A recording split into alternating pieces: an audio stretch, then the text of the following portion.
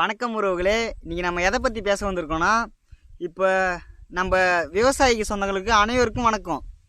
இன்றைக்கி நம்ம எதை பற்றி பேச வந்திருக்கோன்னா, நம்ம நடவு பண்ணுறோம்ல, அதை விதைக்காலில் விதைக்கிறதுக்கு ஒரு நாத்தாங்கால் ஓட்டணும்.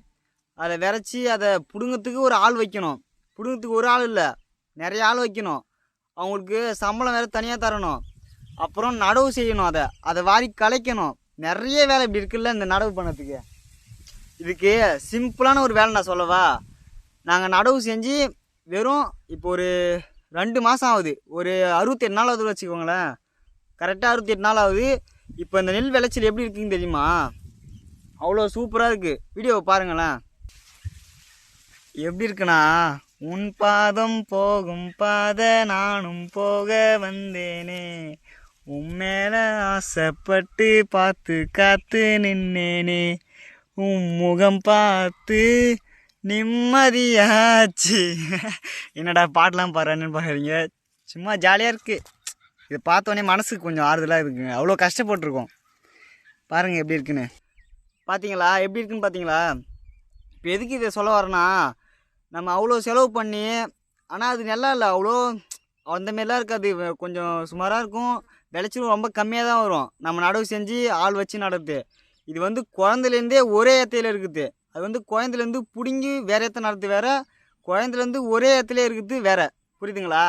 இது வந்து நம்ம 3 நாள் ஒரு சாக்கில் கொட்டி நெல்லை ஊற வைக்கணும். ஊற வச்சதுக்கப்புறம் ட்ரம் சீலர்னு ஒரு மிஷின் இருக்குது. அந்த வீடியோ பாருங்களேன். இதுதான் ட்ரம் சீலர் மிஷின். நம்ம நெல் ஊற வச்ச நெல் எடுத்து புனல் வச்சு இதில் கொட்டி இந்த மாதிரி தான் இழுக்கணும். இதுதான் மிஷினு. பார்த்துட்டிங்களா? அதுதான் ட்ரம் சீலரு. அந்த மிஷினில் 3 நாள் ஊற வச்ச நெல்லை அதில் கொட்டிக்கணும்.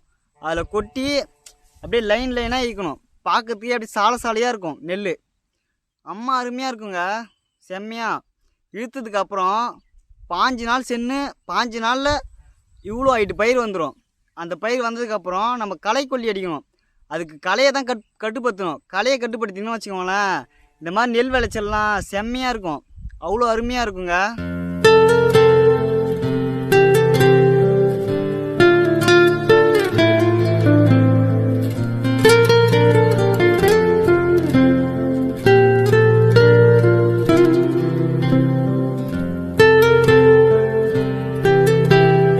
இது பார்த்தீங்கல்ல, இப்போ எவ்வளோ அருமையாக இருக்குது.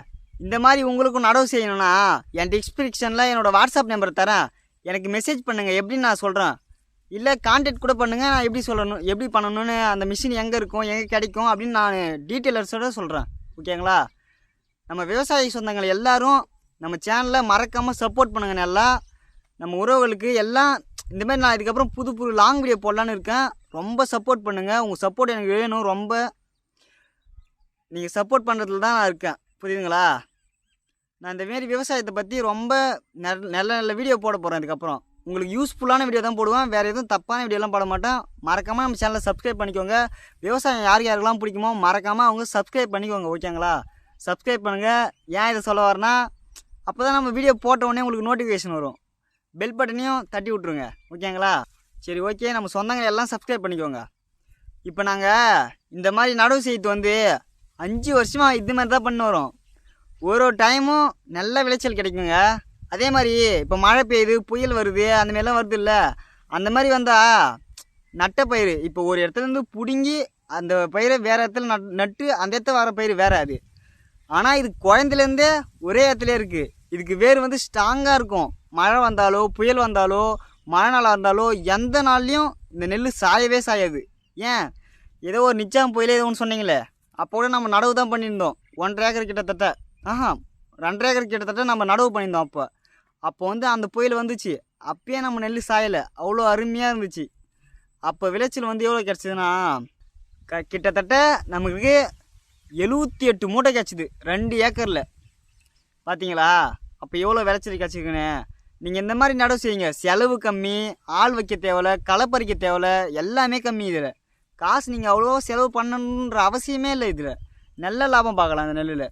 புரியுதுங்களா? ஸோ எல்லாருக்கும் பாய். நம்ம சேனலை வந்து ரொம்ப சப்போர்ட் பண்ணுங்கள். நீங்கள் சப்போர்ட் பண்ணுறது தான் இருக்குது. நான் அடுத்தது எனக்கு மோட்டிவேட்டடாக இருந்தால் வச்சுக்கோங்களேன், நான் இன்னும் நல்லா வீடியோ நல்லா போடுவேன். ஸோ பாய் கைஸ், எல்லாம் மறக்காமல் சப்ஸ்கிரைப் பண்ணிக்கோங்க. பாய்.